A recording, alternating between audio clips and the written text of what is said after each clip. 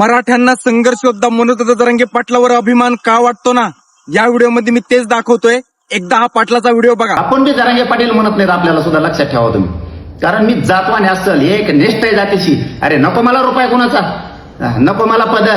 फितुराच्या यादी जाणारी अवलाद नाहीये.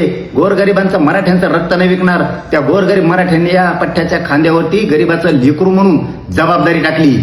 बघितलं, जर मनाला वाटलं असतं ना सरकारने हजारो करोड रुपये दिले असते संघर्ष योद्धा मनोज दादाला, फक्त आणि फक्त आंदोलन मागं घेण्यासाठी.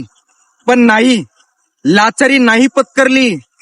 ध्यास एकच ठेवला, मला फक्त आणि फक्त गोरगरीब मराठ्यांच्या लेकरांचं कल्याण करायचंय.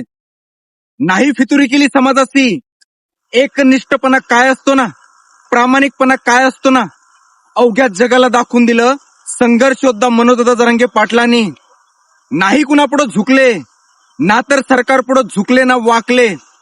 पण सरकारला मात्र नक्कीच झुकवलं गोरगरीब मराठ्यांच्या लेकरांच्या कल्याणासाठी. आणि याचमुळे मराठ्यांना अभिमान वाटतो संघर्ष योद्धा मनोज जरांगे पाटलावर. पाटील एकमेव नेतृत्व असं आहे जे विकल्या न जाणार आहे.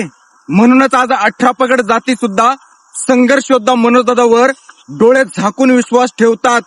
आणि हा माणूस विश्वास ठेवण्यासारखाच आहे. स्वतः कोणताही स्वार्थ डोक्यात ठेवत नाही.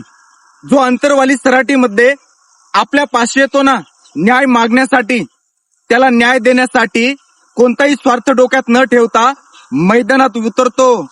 आणि हीच ख्याती आहे संघर्ष योद्धा मनोज जरांगे पाटलाची. म्हणूनच आज 6 कोटी मराठे अभिमान, गर्व आणि माच करतात संघर्ष योद्धा मनोज जरांगे पाटलावर. एक मराठा, कोटी कोटी मराठा.